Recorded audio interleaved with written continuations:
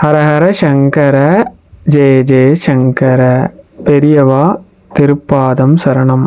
ஒரு சகோதரிக்கு திருமணம் நடக்க வாய்ப்பே இல்லை அப்படின்னு 10க்கு மேற்பட்ட ஜோசியர்கள் சொல்லியிருக்கிறாங்க. என்ன காரணம் அப்படின்னா, அவங்களுக்கு கடுமையான செவ்வாய் தோஷம், கடுமையான ராகுகேது தோஷம், கடுமையான மாங்கல்ய தோஷம். வயசு 36 கிட்ட ஆயிடுச்சு, ஒரு வரனும் கூடி வரல. அப்படிப்பட்ட ஒருத்தங்களுக்கு நான் சொன்ன இந்த ஆடிப்பூரம் வழிபாடால் 2 மாதத்தில் திருமணம் நடந்த ஒரு ஆச்சரியமான விஷயம் இருக்குது. ரெண்டாவது, ஒரு சகோதரர் ரொம்ப விருப்பப்பட்டு ஒரு பொண்ணை கல்யாணம் பண்ணியிருக்காரு. அவருக்கு கவுண்ட் விந்தணுவே ரொம்ப கம்மியாக இருக்குது. இயற்கையிலே உங்களுக்கு கருத்தரிக்க வாய்ப்பே இல்லை. ரெண்டாவது, அப்படியே செயற்கையாக கருத்தரித்தாலும் உங்கள் மனைவிக்கு கர்ப்பத்தை தாங்குகிற வலிமை இப்போ இல்லை, அதுக்கும் ட்ரீட்மெண்ட் பார்க்கணுன்னு சொன்ன ஒரு தம்பதிக்கு ஒரே வருஷத்தில் ஆண் குழந்தை பிறந்த ஒரு ஆச்சரியமான ஆடிப்பூர அதிசூட்சம வழிபாடு பெரியவா சொன்னதை பற்றி தான் இந்த பதிவில் பார்க்க போகிறோம். பொதுவாக நான் சொல்லுவேன், எந்த வழிபாடும் ஒரு நம்பிக்கையோடு பண்ணுங்கள், நிச்சயமாக பலன் உண்டு அப்படின்னு.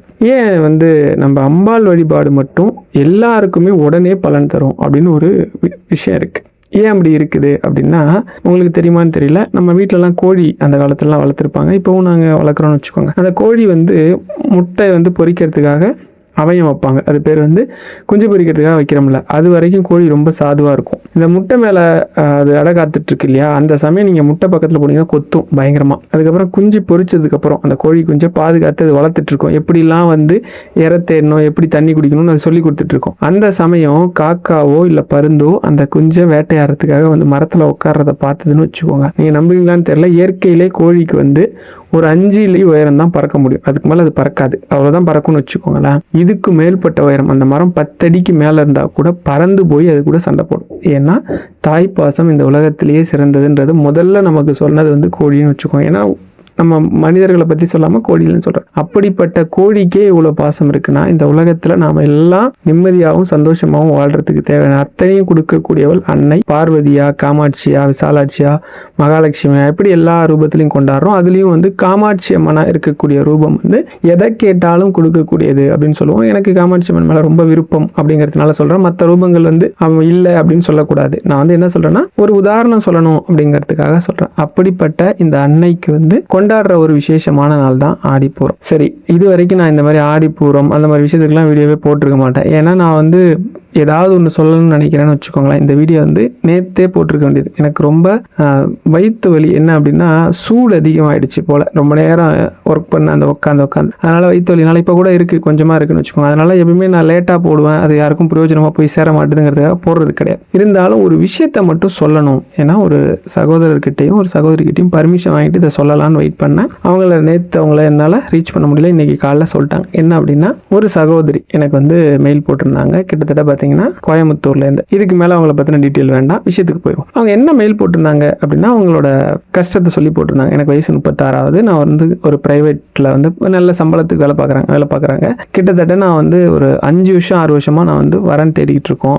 எந்த ஜாதகத்தை நாங்கள் பார்த்தாலும் அந்த வரன் செட் ஆக மாட்டேங்குது. ஏன் அப்படின்னா, அவங்க என்ன சொல்கிறாங்கன்னா, அந்த ஜாதகத்தில் கடுமையான மாங்கல்ய தோஷம் இருக்குது, கடுமையான செவ்வாய் தோஷம் இருக்குது, ராகுகேது தோஷம் இருக்குது, இந்த மாதிரி தோஷங்கள் ஒரு 4 தோஷங்கள் சொல்லி இதெல்லாம் இருக்குது. அதனால வரன் அமையிறது ரொம்ப கஷ்டம்னு ஒருத்தர் இல்லை 2 பேர் இல்லை, கிட்டத்தட்ட 10 பேருக்கு மேலே இதை சொல்லியிருக்காங்க. அதோட இல்லை, சொல்கிறவங்கெல்லாம் ஏதாவது பாசிட்டிவாக சொன்னால் கூட பரவாயில்ல. இப்போ நீங்கள் இதுக்கு நீங்கள் கோயில் போனாலும் பரிகாரம்னாலும் ஆளுக்கு ஒரு பரிகாரம், ஒரு வழிபாடு ஏதாவது ஒன்று சொல்கிறாங்க. அது எல்லாமே பார்த்தீங்கன்னா குறைஞ்சது ஒரு 50,000க்கு மேலே தான் இருக்குது, அப்படி தான் சொல்கிறாங்க. அதனால் ரொம்ப அவங்களுக்கு மனசு கஷ்டம். ஏன்னா அவங்க ஏற்கனவே இந்த மாதிரி 2 ஜோசியரை நம்பி 50,000 கிட்ட கொடுத்து ஒன்றும் நடக்கலை. அவங்க ரொம்ப வருத்தம். ரெண்டாவது, இப்போ வயசு 36 ஆயிடுச்சு. இது கூடி வரதுக்கே இன்னும் ஒரு 3 வருஷத்துக்கு மேலே ஆகும்னு எல்லாரும் சொல்கிறாங்க. அப்படி பார்த்தா கிட்டத்தட்ட 40 வயசு ஆயிடுச்சு. அந்த நேரம் கல்யாணம் ஆகுமா அப்படிங்கிற ஒரு கவலை. ரெண்டாவது, இவங்களுக்கு அடுத்து ஒரு தங்கச்சி இருக்காங்க. இவங்களுக்கு கல்யாணம் பண்ணாமல் அவங்களுக்கும் பண்ண முடியல. இப்போ அவங்க வாழ்க்கையும் ரொம்ப கஷ்டமாக இருக்குது. என்ன பண்ணுறதுன்னு தெரியலன்னு சொல்லிட்டு ஒரு மெயில் போட்டிருந்தாங்க. நான் உடனே, எப்போவுமே நீங்கள் யாராவது எனக்கு மெயில் போடுறீங்கன்னா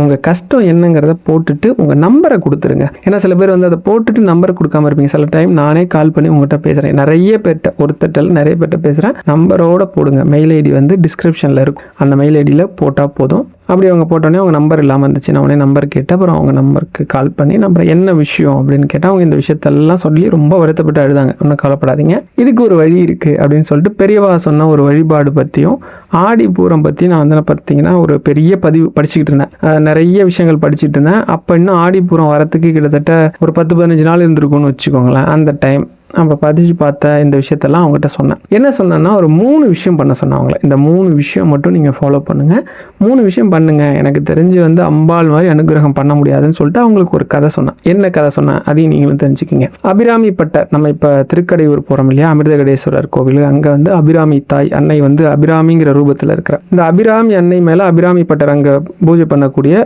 குருக்கள் இருப்பார்ல, அவருக்கு வந்து அதீத பாசம். அம்மானா அவருக்கு வந்து உயிர். அம்மாவை தியானம் பண்ண ஆரம்பிச்சு அவங்களுக்கு வந்து வண்ண வண்ண மலர்களால் விதவிதமாலாம் அவங்க அலங்காரம் பண்ணி அம்மா இருக்கிற அந்த அழகான தோற்றம் இருக்கும் இல்லையா, அதை பார்க்கறது அவ்வளோ சந்தோஷப்படுவார். அப்படி வந்து விருப்பப்பட்டு பண்ணுவார், ஏதோ வேண்டா வெறுப்புக்கெல்லாம் பண்ண மாட்டார். அப்படி ஒருத்தர் அந்த அம்மா முன்னாடி உட்காந்து அவர் தன்னை மறந்துடுவார், அம்மாவை நினைச்சாருனாலே தன்னை மறந்துடுவார், தான் அவரோட ஒரு இது. அப்படி உட்காந்துருக்கப்போ அந்த பகுதியை ஆண்டுகிட்டு இருக்க மன்னன் ஒருத்தன் உள்ள வரான். உள்ள வந்தவொடனே அபிராமி பட்டர் வந்து இந்த மாதிரி தனக்கு மரியாதை செலுத்தாம கண்ணை மூடி உட்காந்துருக்கிறாரே, எப்படி என்ன உட்காந்துருக்காருன்னு ஏற்கனவே அங்கே இருக்கிறவங்க எல்லாம் வந்து அவரை பற்றி கொஞ்சம் இல்லாதும் போலாதுன்னு சொல்லவும் இவனுக்கு ஏற்கனவே கடுப்பு. உள்ளே வந்தோடனே இன்னைக்கு என்ன நாள் தெரியுமா அப்படின்னு கேட்டவுடனே அவர் கண்ணை மூடிட்டு இருக்கவர் இன்னைக்கு பார்த்து பௌர்ணமின்றுவார். கொடுமைக்கு அன்னைக்குன்னு பார்த்து அமாவாசை. அவர் சொன்னது ஒரு மத்தியான வேலையில் சொல்லியிருப்பார். உடனே சொன்னது யார்கிட்ட சொல்கிறோன்னு இவர் கண்ணை திறந்து பார்த்தது தான் தெரியும் மன்னன்றது. இன்னைக்கு மட்டும் ராத்திரி நிலவு தெரியாமல் இருந்தது அப்படின்னா இவர் தலையை வெட்டிடுங்க. என்ன சொல்கிறான் ராஜா, இன்னைக்கு ராத்திரி அமாவாசைக்கு எப்படி நிலவு தெரியும், அமாவாசைனாலே நிலவு இல்லாத நாள் தானே அமாவாசை, தலையை வெட்டுங்க அப்படின்னு சொன்னதும் இப்போ அபிராமி பட்டருக்கு தான் தலையை வெட்டிடுவாங்கிறது பயம் கிடையாது. யாரோ ஒருத்தன் எதுக்கு வெட்டணும், இதோ ஒன்றை நினச்சி நானே வந்து உருகிட்டு இருக்கேன், உன்னோட காலடியிலேயே எங்கேயே வெட்டுப்பட்டு சாவது உன்னோட காலடியே வெட்டுப்பட்டு சாவரன்னு சொல்லிட்டு அவர் பாடினதான் அந்த அபிராமி அந்த அதில் இருக்கக்கூடிய பாடல்கள் 100, அது 100 பயன்லாம் இருக்கும் சரியா. இதை பாடின உடனே அன்னை என்ன பண்ணாங்களாம், தன் காலில் இருக்கிற ஒரு சிலம்புன்னுவாங்க, சிலர் வந்து தோடுன்னுவாங்க, மூக்குத்தினுவாங்க, ஏதோ ஒரு ஆபரணம் எடுத்து என்ன பண்ணுறாங்க, எடுத்து இப்படி வானத்தில் வீசினாங்களாம். வீசின உடனே சரியா பார்த்தீங்கன்னா அமாவாசை அன்னைக்கு முழு நிலவு பௌர்ணமியாக தெரிஞ்சுதான் ராஜா மிரண்டு போயிட்டான். எப்பேற்பட்ட பக்திமான் ராய்வன், அந்த மாதிரி தன்னோட பக்தர்களுக்கு ஒரு கஷ்டம்னு வந்துருச்சு, தன்னை நாடி வந்த ஒருத்தர்களுக்கு கஷ்டம்னு வந்துச்சுன்னா அம்பாள் வந்து சும்மா இருக்க மாட்டா, நீங்கள் கவலைப்படாதீங்க, நம்பிக்கையா பண்ணுங்க அப்படின்னு சொன்னேன். நீங்க நம்ப மாட்டீங்க, 2 மாசத்துல அவங்களுக்கு திருமணம் நிச்சயிக்கப்பட்டு திருமணம் நடந்து அடுத்த வருஷம் ஆடி பூரம் வரத்துக்குள்ள அவங்களுக்கு குழந்தையே வந்துருச்சு. அதாவது ஆடி பூரம் வந்து இன்னைக்குன்னு வச்சுக்கோங்களேன், ஒரு 3-4 நாளைக்கு முன்னாடி அவங்களுக்கு குழந்தை பிறந்ததா சொல்லி சந்தோஷமா சொன்னாங்க பையன். அதே போல இன்னொரு சகோதரர், அது ரொம்ப வருத்தம், ஏன்னா அந்த மெயில் படிக்கும்போது ரொம்ப சங்கடமாக போச்சு. ஏன்னா எத்தனையோ நாள் நான் வந்து இந்த மாதிரி வருத்தங்கள்ல நானும் இருந்திருக்கேன்ல. அவர் என்ன போட்டிருந்தார் அப்படின்னா, ஒரு பொண்ணை வந்து அவருக்கு ரொம்ப பிடிச்சிருந்திருக்கு, 2 பேரும் விருப்பப்பட்டு காதலிச்சு கல்யாணம் பண்ணிக்கலாம் அப்படின்னு சொல்லி வீட்டில் போய் சொன்னால் வீட்டில் 2 வீட்லையும் பெரிய சண்டை, ஒதுக்க மாட்டேன்ட்டாங்க. அப்போ அவர் வீட்டில் அவங்க பொண்ணு வீட்டில் என்ன சொல்கிறாங்க அப்படின்னா, இல்லை மாப்பிள்ளைக்கு வந்து ஒரு சரியான வேலை இல்லை, மாப்பிள்ளை நல்ல வேலை பார்த்தாரு அப்படின்னா நல்லா சம்பாதிக்கக்கூடிய நபருக்கு தான் நாங்கள் எங்கள் பொண்ணை கொடுப்போம் அப்படின்றதும் இவர் ரொம்ப கஷ்டப்பட்டு படித்து என்ன பண்ணுறாரு, ஒரு நல்ல வேலைக்கு போகிறார். வேலையெல்லாம் சொன்ன வேலைன்னு சொல்லிட்டாரு, அதனால் நம்ம சொல்ல முடியாது, ஏன்னா அவர்கிட்ட பர்மிஷன் வாங்கிட்டு தான் நம்ம சொல்கிறோம், அதனால சொல்கிறோம். அதனால் வந்து அவர் வந்து வேலைக்கு போகிறாரு. போன உடனே போய் பொண்ணு கேட்டதான் அவங்க அரை மனசா கல்யாணம் பண்ணுறாங்க. இந்த நேரம் அந்த பொண்ணு ரொம்ப பிடிவாதமாக நான் கல்யாணம் பண்ணால் இவரை தான் பண்ணுவேன்னு சொல்லி 3 வருஷத்துக்கு மேலே காத்துக்கிட்டு இருக்காங்க இவர் வேலைக்கு போகிறதுக்காக. வேலைக்கும் அவங்க போயிட்டாங்க. போன உடனே கல்யாணம் பண்ணிக்கிறதுக்கு அரை மனசா கல்யாணம் பண்ணி வச்சிட்டாங்க. கல்யாணம் ஆனதுக்கு அப்புறம் தான் பிரச்சனை என்ன அப்படின்னா, அந்த பையனுக்கு வந்து இயற்கையிலேயே வந்து விந்தணு கொஞ்சம் கம்மியாக இருக்குது. நார்மலாக ஒரு குழந்தை பாக்கியத்துக்கு தேவையானது வந்து இவ்வளோ அளவு இருக்கணும்னு இருக்கும், அந்த அளவுக்கு கொஞ்சம் கம்மியாக இருக்குது. அதனால் வந்து இயற்கையாக கருத்தரிக்க முடியாதுன்னு ஒரு பிரச்சனை. இதுக்கு அவங்க ட்ரீட்மெண்ட்டுக்கெலாம் போயிருக்காங்க. கிட்டத்தட்ட அதுக்கு ஒரு 2 வருஷம் ஓடி போச்சு, ஒன்றும் நடக்கலை. சரி செயற்கையாக போகலாம் அப்படின்னா, செயற்கைனா என்ன, ஐவிஎஃப் பண்ணுறாங்க இல்லையா, நம்ம வந்து செயற்கை சோதனை குழாய், அது என்ன சொல்லுவீங்க, டெஸ்ட் டியூப் பேபி, அதுக்கு வந்து இவங்க முயற்சி பண்ணலாம் அப்படின்னா, அந்த பொண்ணுக்கு வந்து கர்ப்பப்பை கொஞ்சம் பலகீனமாக இருக்குது போல். அது வேறு மாதிரி சொன்னாங்க, நான் அதை அப்படி சொல்லாமல் இப்படி சொல்கிறேன் ஓகேங்களா. அப்படி போனாலும் அந்த பொண்ணுக்கும் இன்னும் ட்ரீட்மெண்ட் தேவை அப்படின்ற மாதிரி சொல்லிட்டாங்க. இப்போ எந்த ட்ரீட்மெண்ட் பண்ணியும் எதுவுமே நடக்கலை. அவருக்கு என்ன வருத்தம் அப்படின்னா, நாங்கள் ரொம்ப கஷ்டப்பட்டு இவ்வளோ விஷயங்களை அனுபவிச்சு தானே இந்த கல்யாணம் பண்ணோம். அதுவும் அவர் வந்து ஒரு கோவிலில் பண்ணியிருக்கிறார், கோவில் பேரையும் என்கிட்ட சொன்னார். நான் உடனே சொன்னேன், பிரதர் கவலைப்படாதீங்க, இந்த மாதிரி கஷ்டம் எப்படி இருக்கும்னு எனக்கு தெரியும், நான் அனுபவிச்சிருக்கிறேன், அதனால தான் உங்கள்கிட்ட நான் நம்பர் கேட்டு வாங்கி உங்கள்கிட்ட பேசுகிறேன், நீங்கள் ஒன்றும் வருத்தப்பட வேண்டாம், இதுக்கு ரொம்ப சிம்பிளான வழி இருக்குது அப்படின்னு சொல்லிட்டு நான் என்ன சொன்னேன் அப்படின்னா, ஆடி பூரம் மிச்சம் இருக்கிற 2 வழிபாடெல்லாம் அவங்களுக்கு சொல்லி இதை பண்ணுங்க அப்படின்னு சொன்னேன். அவருக்கும் ஒரு அழகான ஆண் குழந்தை பிறந்தான், நல்லா இருக்கிறான் பையன் வச்சுக்கோங்க. இதெல்லாம் எப்படி நடக்குது, இது எப்படி நடக்குது அப்படின்னா, பெரியவா சொன்ன சில வழிபாட்டை நான் இதில் சேர்த்து சில வழிபாட்டு முறைகள் ஆடிப்பூரத்துக்கு இருக்கிறத சொல்லியிருக்கிறேன். ஆடிப்பூரம்னா என்ன, எப்படி வந்ததுன்னு எல்லாரும் சொல்லியிருப்பாங்க, நிறைய வீடியோக்களில் பார்த்துருப்பீங்க. அதே மறுபடியும் சொல்ல வேணான்ட்டு தான் அதை சொல்லலை. ரொம்ப சிம்பிளாக பண்ணுங்க, நீங்களே இதை பண்ண முடியும். நான் 3 சொல்கிறேன், சொல்கிறேன். 3யுமே அவங்க பண்ணாங்க. உங்களால் முடிஞ்சால் 3யுமே பண்ணுங்க. இல்லை அப்படின்னா எது வருதோ அதை பண்ணால் கூட போதும். என்ன கேட்டால் எல்லாத்தையும் பண்ணுறது ரொம்ப எளிமையானது தான் நான் சொல்ல போகிறது. பண்ணுங்க, நிச்சயமாக நீங்கள் எழுதி வச்சுக்கோங்க. உங்கள் ஜாதகத்தில் எந்த தோஷம் இருந்தாலும் சரி, எப்பேற்பட்ட தோஷத்தை வாங்கிட்டு வந்தாலும் சரி, நீங்கள் விதியே உங்களுக்கு வந்து கிடையாது, கல்யாணமே நடக்காதுன்னு ஒரு விதி இருக்குது, உங்கள் கர்மாப்படி உங்களுக்கு இந்த ஜென்மம் வந்து கல்யாணம் இல்லை அப்படின்னு யார் சொன்னாலும் நம்பாதீங்க. அம்பாள் ஒருத்தி நினைச்சா என்ன நடக்கும்? அமாவாசையே பௌர்ணமி ஆகும்போது உங்களுக்கு இந்த விதிலாம் ஒன்றுமே கிடையாது. அவளோட கடைக்கண் பார்வைக்கு முன்னாடி இந்த விதிலாம் எரிஞ்சு சாம்பல் ஆகிடும், விதி கர்மாலாம். அதனால் முழுசாக அம்பாளை நம்புங்க. அதே மாதிரி சார் எனக்கு உடலில் இந்த பிரச்சனை இருக்குது, அந்த பிரச்சனை இருக்குது, குழந்தைக்கு வாய்ப்பே இல்லைன்ட்டாங்க, இந்த தோஷம் இருக்குது, அந்த தோஷம் இருக்குது, அதுக்கு பரிகாரம் பண்ணுன்றாங்க, இதுக்கு பரிகாரம் பண்ணுன்றாங்க, நான் இதுக்கு ட்ரீட்மெண்ட் எடுத்துகிட்டு இருக்கிறேன், அதுக்கு ட்ரீட்மெண்ட் எடுத்துருக்கேன், இந்த மாதிரி என்ன பிரச்சனை இருந்தாலும் அதை அப்படியே மறந்துடுங்க. அம்பாள்கிட்ட போகிறீங்க, அவள் உங்கள்கிட்ட நீங்கள் என்ன கேட்குறீங்களோ அதை கொடுக்குறா, அவ்வளோதான். அம்பாளால் முடியுமா அப்படின்னு நினைக்காதீங்க, அதுதான் பிரச்சனை. அம்பாள் நினச்சா முடியும், அம்பாள் நினைக்கணும், அம்பாள்கிட்ட நம்ம அப்படி கேட்கணும், அவ்வளோதான். இப்போ என்ன பண்ணணும்? முதல் விஷயம், இந்த ஆடிப்பூரத்துக்குன்னு ஒரு சிறப்பு இருக்குது. என்ன அப்படின்னா, ஆடிப்பூரம் அப்படிங்கிறத 2 விதமாக சொல்லுவாங்க. ஒன்றல்ல என்னென்னா, பார்வதி தேவி சிவபெருமான மணந்த நாள்னு சொல்லுவாங்க. ஆண்டாள் அவங்க வந்து அவதாரம் பண்ண நாள் சொல்லுவாங்க, பார்வதி அவதாரம் பண்ண நாள் சொல்லுவாங்க.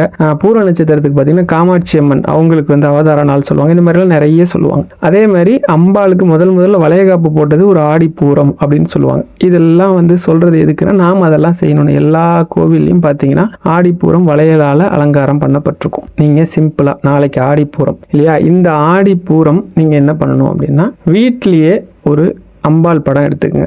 எந்த படமாக இருந்தாலும் சரி, இந்த சாமி அந்த சாமிலாம் பார்க்கணும், ஒரு அம்பாள் படம் எடுத்துக்கிட்டு பூஜை ரூமில் வசதி இருக்குன்னா பூஜை ரூம்லேயே ஒரு ஸ்டூல் வைக்க முடிஞ்சதுன்னா, ஒரு மரத்தாலான ஸ்டூல் இல்லைனா பிளாஸ்டிக் ஸ்டூல் ஏதாவது வைக்க முடிஞ்சதுன்னா வைங்க. இல்லைனா பலகை உங்கள் வீட்டில் இருக்குதுன்னா, நான் நார்மலாக பலகை வச்சு சாமி கும்பிட்றவங்க இருக்கிறாங்க. நிறைய பேர் வீட்டில் பலகை இருக்காது. இல்லைன்னா கவலைப்பட வேண்டாம், ஒரு சேரில் கூட வச்சுக்கோங்க. என்ன பண்ணணும் அப்படின்னா, அம்பாள் படத்தை பன்னீராலேயோ இல்லை சுத்தமான தண்ணியாலோ ஃபுல்லாக தொடச்சிட்டு அம்பாளுக்கு பொட்டு வைங்க. எப்படி வைக்கிறீங்கன்னா, சந்தனமும் இல்லை மஞ்சளும் குழச்சி குங்கும பொட்டு வச்சுக்கிங்க. இந்த பொட்டு பார்க்க அழகாக இருக்கணும். சிம்பிளாக வச்சா கூட நீங்கள் பார்த்தா அழகாக இருக்கிற மாதிரி, ரம்யமாக இருக்கிற மாதிரி வைங்க. என்ன மலர் கிடைக்குதோ அதால் எப்படி அலங்காரம் பண்ணால் அம்மா பார்க்கறதுக்கு அவ்வளோ அழகாக இருப்பாளோ அப்படி வைங்க. அதுக்கப்புறம் வெத்தலை, பாக்கு, வாழைப்பழம், அதுக்கப்புறம் பழங்கள். உங்களால் முடிஞ்ச ஏதாவது பழங்கள், நிறைய வாங்கணும்னு அவசியம் இல்லை, எல்லாத்தையும் ஒன்று கொஞ்சம் வாங்கினா கூட போதும் பழங்கள். அதுக்கப்புறம் இந்த மஞ்சள், குங்குமம், தாலி கயிறு உள்ள ஒரு இது இருக்கும் இல்லையா, செட்டாக கிடைக்கும் பாருங்க. அதில் வந்து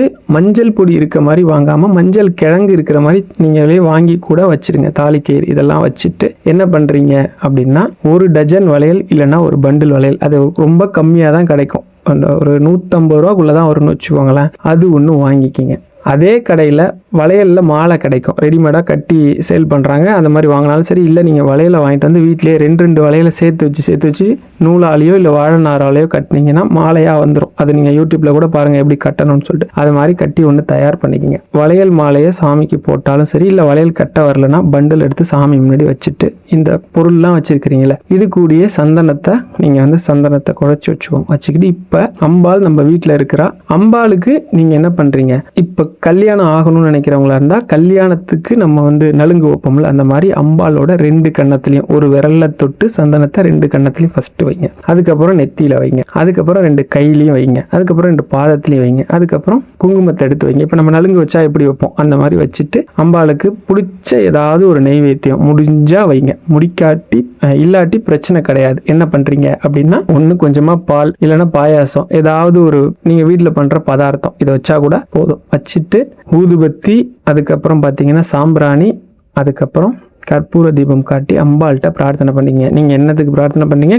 கல்யாணத்துக்கு எனக்கு வந்து கல்யாணம் அடுத்த ஆடி பூரம் வரத்துக்குள்ள நான் கணவனும் குழந்தையுமா உன்னை வந்து பார்க்கணும்னு பிரார்த்தனை பண்ணீங்க. ஒருவேளை குழந்தைக்கு பிரார்த்தனை பண்ணீங்கன்னா இதே ப்ரொசீஜர் தான். நீங்கள் பிரார்த்தனை பண்ணும்போது அடுத்த வருஷம் நான் என் கணவன் குழந்தையோட இந்த ஆடிப்புறத்தை கொண்டாடணும்னு பிரார்த்தனை பண்ணீங்க. இவ்வளோதான். இப்போ இதை பண்ணி முடிச்சதும் உங்கள்கிட்ட பூக்கள் இருந்ததுன்னா அம்பாளுக்கு அதை அர்ச்சனை மாதிரி போட்டு உங்களுக்கு தெரிஞ்ச நாமாவளி சொல்லலாம். நாமாவளினா ஒன்றும் கிடையாது, அம்பாலோட பேர் சொல்லலாம். அப்படி சொல்ல தெரியலனா காமாட்சி துக்க நிவாரண அஷ்டகம்னு ஒரு பாட்டு இருக்கு, அதை சொன்னால் ரொம்ப அற்புதம், எந்த துக்கத்தையும் போக்கக்கூடியது. அதுவும் வரலன்னா அம்பாலோட பேரை சொல்லி நீங்கள் அப்படி பண்ணிட்டு ஒரு 10-15 நிமிஷம் அந்த ஃபோட்டோ வந்து அங்கேயே இருக்கட்டும். அதுக்கப்புறம் என்ன பண்ணுங்கள், அந்த ஃபோட்டோவை எடுத்து பூஜை ரூமில் வச்சுட்டு, இப்போ நீங்கள் அந்த ஃபோட்டோவை வச்சுருந்தீங்கல்ல, அது ஸ்டூலாக இருக்கலாம், சேராக இருக்கலாம், பலகையாக இருக்கலாம். இப்போ யாருக்கு கல்யாணம் ஆகணுமோ அந்த பொண்ணோ பையனோ அவங்கள உட்கார வச்சு அவங்களோட சொந்தக்காரங்க யாரா வேணா இருக்கலாம், அப்பா அம்மா அண்ணன் தம்பி அக்கா தங்கச்சி யார் வேணா, இல்லை நீங்கள் நல்லா இருக்குன்னு நினைக்கிற ஒரு நபர் கூட வச்சுக்கோங்களேன், அப்படி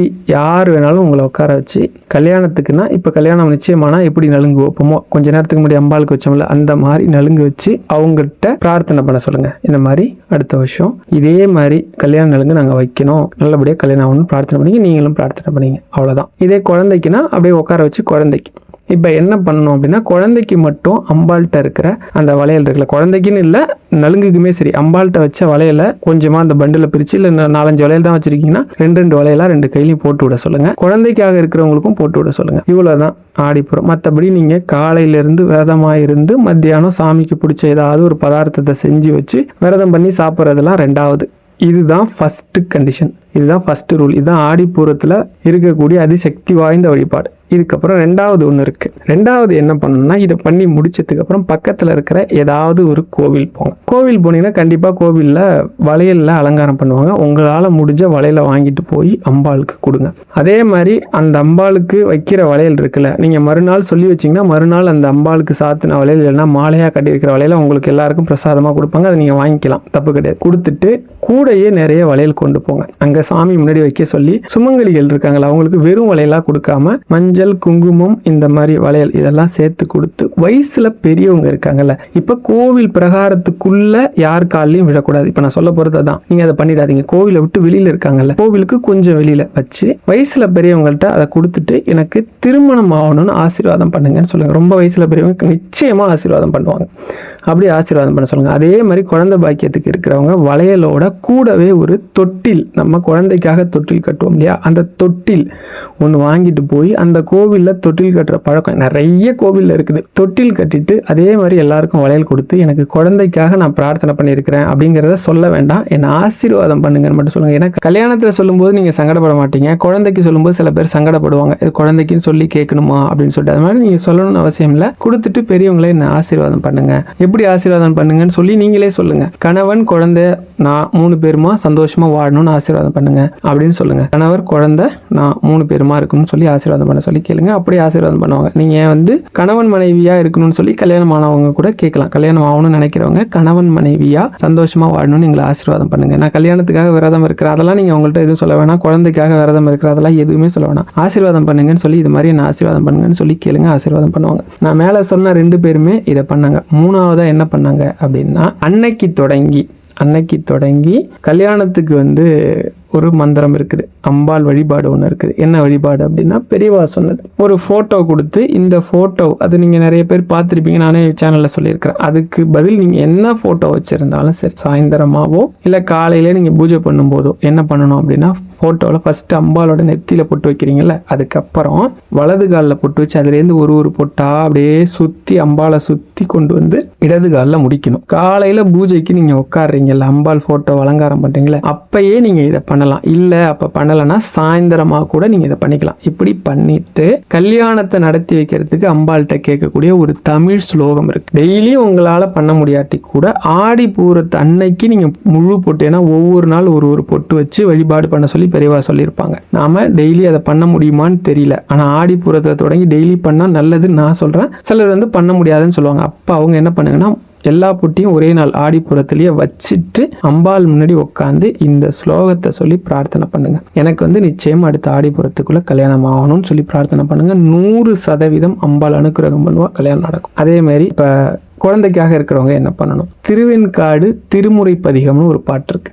திருவெண்காட்டில் இருக்கக்கூடிய அந்த வெண்காட்டுநாதரையும் அம்பாளையும் நினச்சி என்ன பாவங்கள் நாங்கள் பண்ணியிருந்தாலும் அதெல்லாம் உன்னோட கடைக்கண் பார்வை, உன்னோட கருணை அதை போக்கக்கூடியது. அதில் அதுக்கு முன்னாடி இதெல்லாம் ஒன்றுமே இல்லை அப்படின்னு சொல்கிறது அந்த பாட்டில் இருக்கும். அந்த பாட்டை அன்னைக்கு தொடங்கி படிங்க. அன்னைக்கு ஒரு நாள் படித்தா போதுமா அப்படின்னா ஒரு நாள் படித்தாலே போதும். இருந்தாலும் தொடர்ந்து கொஞ்சம் படித்தீங்கன்னா இப்போ 1 மாதம் 2 மாதத்தில் கன்சீவ் ஆகிறோம் அப்படின்னு சொல்கிறவங்களுக்கு ரொம்ப சீக்கிரமே அது இன்னும் சீக்கிரமாக வேலை செய்யும். ஏன்னா இப்போ நம்ம 3 விஷயமுமே என்ன பண்ணுறோம், ரொம்ப தீவிரமான வழிபாடை கொண்டு வரோம், நம்பிக்கையை கொண்டு வரும். அது 1 மாதம் 2 மாதம் கூட தாமதமாகாத உடனே நடக்கும். இது நடக்குமா அப்படின்னா மேலே சொன்ன 2 பேரும் இதை தான் பண்ணாங்க.